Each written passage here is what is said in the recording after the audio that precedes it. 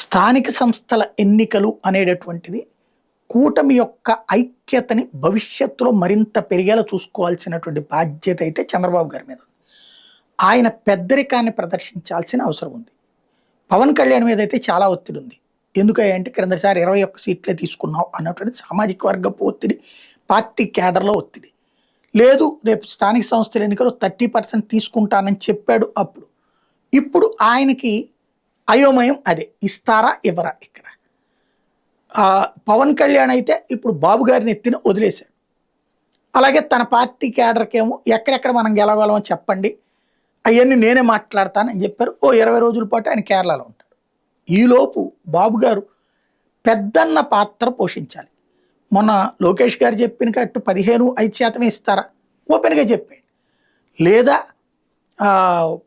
ఇప్పుడు చైర్పర్సన్స్ తెలుగుదేశం ఉన్న చోట డిప్యూటీ చైర్పర్సన్ జనసేనకో బీజేపీకినో, లేదా చైర్పర్సన్ లేదా మేయరు జనసేన బీజేపీకి వచ్చే అక్కడ టీడీపీ సెకండ్ ప్లేస్, ఇట్లాంటిది ఏదన్నా ప్లాన్ చేసుకుంటే అందరికీ ఆమోదయోగ్యం అవుతుంది.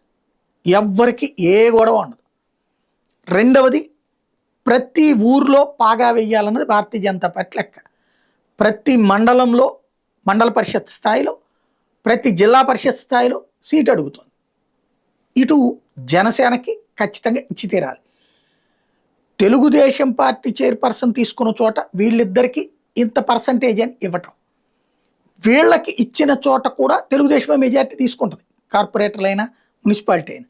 కానీ ఇదంతా ముగ్గురు కూర్చుని, అవసరమైతే కేరళ చంద్రబాబు గారు మాధవ్ వెళ్ళి కూర్చుని ఒక ఫైనల్ ప్రొజెక్షన్ ఏంటో ముందుగా తేల్చేసుకుని చెప్పేస్తే కేడర్ని కన్విన్స్ చేసుకునే అవకాశం నాయకులకు ఉంటుంది. అలా కాకుండా అయితే కనుక గందరగోళం అవుతుంది.